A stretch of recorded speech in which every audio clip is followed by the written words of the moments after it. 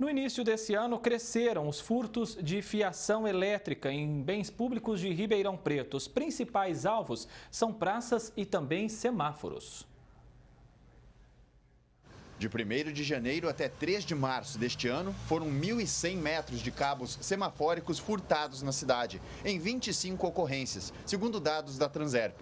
Em apenas um dia, 25 cruzamentos ficaram com a sinalização inoperante na região da Avenida Independência.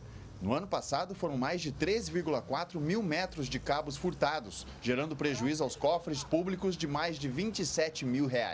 Transtorno para o já complicado trânsito de Ribeirão Preto. A fiação é tão visada por conta da receptação de cobre. São materiais que têm um custo vantajoso no mercado, existe um ganho financeiro porque é um material de fácil venda. Muitas vezes quem faz a receptação do material furtado, ele transforma isso, ele tira a capa do cabo e derrete o cobre, aí ele tem também o ganho financeiro. Então, produtos de furto e roubo, via de regra, são cometidos esses crimes em função do retorno financeiro. Em nota, a Transerp informou que tem registrado boletins de ocorrência na Polícia Civil.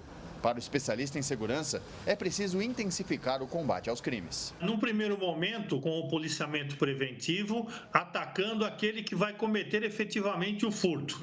É um pouco mais difícil porque, ao observar a viatura, ele simplesmente não comete o crime.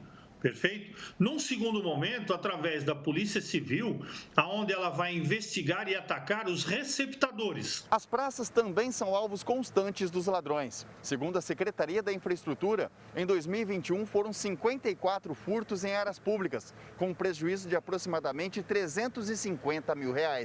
Aqui na Praça José Mortari, na Vila Tibério, por exemplo, a reportagem encontrou a caixa de energia exposta, com o relógio parado e a fiação cortada. No fim do ano passado, uma câmera de segurança flagrou tentativa de furto no mesmo local. O homem mexeu na caixa de energia e, após um estouro, todas as luzes se apagaram. Ele e outra pessoa fugiram sem levar nada. Para este especialista, o problema vai além do crime, o aumento da população de rua. Existe realmente o crime, mas é uma coisa antiga em Ribeirão, já conhecida do Poder Legislativo, do Poder Executivo, e a gente percebe uma ineficiência muito grande dos poderes públicos para resolver. A Prefeitura precisa ter coragem para resolver isso e a gente não percebe essa virtude no Executivo. A Prefeitura disse que quando há qualquer tipo de dano, como furtos e vandalismo, é realizada a vistoria e os reparos necessários são programados. A Guarda Civil Metropolitana também intensificou o patrulhamento em locais onde há maior ocorrência de furto de fios em patrimônio público. Mas Amadeu alerta que é preciso monitorar quem comete o furto. É preciso cadastrar, conhecer o perfil dessas pessoas, a faixa etária, sexo, a dependência da droga que eles utilizam, de onde eles são, se tem alguma pendência com a justiça e desenvolver programas que eles possam ocupar frentes de trabalho, aferir algum recurso para continuar sobrevivendo, desenvolver talvez albergues pela cidade em que eles possam morar dignamente, se alimentar dignamente. Para este engenheiro elétrico, modernizar os equipamentos seria uma saída. Hoje nós temos tanto tecnologias Wi-Fi, que permite a diminuição considerável desses cabos que interligam um semáforo no outro, como a questão de você trabalhar o método de instalação, de evitar o máximo possível dos cabos ficarem expostos ou você evitar dele ficar acessível, seja por uma árvore, por uma marquise. A Prefeitura diz que está em fase de estruturação uma parceria público-privada, com o objetivo de promover modernização na iluminação, incluindo de praças e parques. Entre os benefícios estaria a redução do consumo de energia. O especialista diz que o projeto é bem-vindo. E a iluminação pública está avançando muito, você tem equipamentos até que, além de fazer a iluminação, ela conversa um poste com o outro, dá a possibilidade de você ter até internet, Wi-Fi aí próximo aos postes, ou seja, você pode interligar equipamentos, que é a internet das coisas, né, IoT, e as câmeras, a parte dos semáforos, a inteligência semafórica conforme o movimento. Então, esse é um momento ideal, até para que essa nova geração de semáforos que trabalhem consiga conversar uma tecnologia com a outra. Samuel Santos para o Jornal da Clube. Sobre a situação da Praça José Mortari, a Secretaria Municipal da Infraestrutura informou que registrou um boletim de ocorrência e já providenciou a substituição da fiação furtada da praça, além de fechar aí a caixa de energia. Hoje pela manhã teve mais um caso no centro de Ribeirão. Cruzamento das ruas Barão do Amazonas, Rui Barbosa, Campos Sales e a Visconde de Inhaúma foram afetados por esse problema. A Transerp foi acionada e fez a substituição dos fios ainda pela manhã.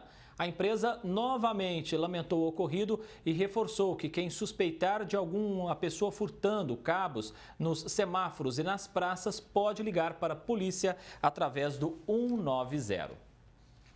A gente continua falando sobre esse problema porque é grave realmente. Aqui conosco, no nosso canal digital, está o Rafael dos Anjos, ele que é especialista em administração pública. Rafael, os casos que nós mostramos então aí sempre rendem discussões sobre segurança pública, mas o problema vai muito além da segurança pública. Uma boa tarde para o senhor.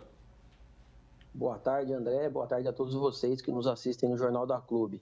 A gente precisa lembrar do artigo 144 da nossa Constituição, que fala que a segurança pública é um dever do Estado, direito e responsabilidade de todos. Ou seja, não basta a gente colocar a culpa no Estado, a gente precisa pensar em forma conjunta a isso. Quando a gente está falando de furto de fios, a gente precisa lembrar da emenda constitucional número 82 de 2014, que ela prevê, ela acrescenta o parágrafo 10º a esse artigo da Constituição, e ela vai falar que é responsabilidade do município a educação, a engenharia e a fiscalização do trânsito.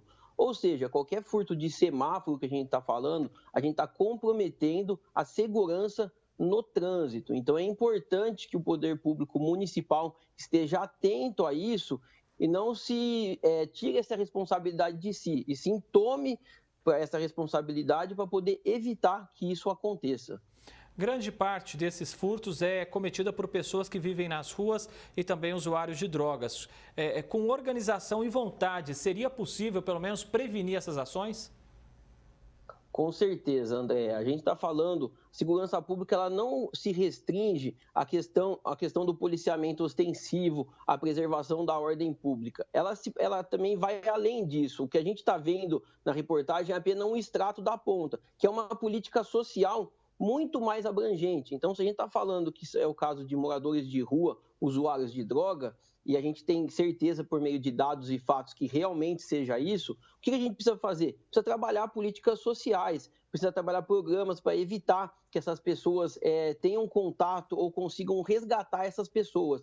E aí não é só o trabalho do Estado, não. A gente, enquanto sociedade civil, também compete a gente, enquanto cristão, cuidar dos órfãos, das viúvas, dos necessitados. Então, fazer esse trabalho de acolhimento, a questão dos valores familiares que foram perdidos ao longo dos tempos, esse trabalho de resgate, porque se um cidadão chega à situação de vulnerabilidade social de rua, é porque ele perdeu todo o vínculo familiar. Então, tem todo um trabalho extremamente importante que tem que ser feito desse resgate do vínculo familiar, que não é fácil e precisa de muito apoio da sociedade civil e dos técnicos do governo para se fazer isso.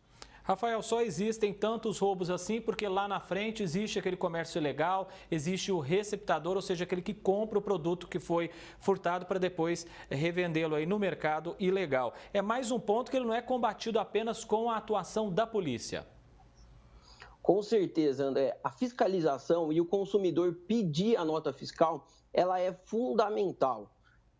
Eu costumo dizer muito claramente isso. A diferença entre um político corrupto e uma pessoa que não emite nota fiscal é apenas uma. Um rouba o dinheiro depois que ele entrou no caixa do poder público. Outro tira o dinheiro antes dele entrar. O efeito é o mesmo. É falta de saúde, falta de medicamento, de educação, de livros nas escolas. Então, o efeito é o mesmo. Enquanto a gente não se conscientizar disso e parar de dar jeitinho, isso não vai mudar. Então, o empresário precisa emitir nota fiscal e o consumidor tem o direito de solicitar essa nota fiscal. Isso vai coibir muito desses comércios ilegais ou até mesmo eliminá-los.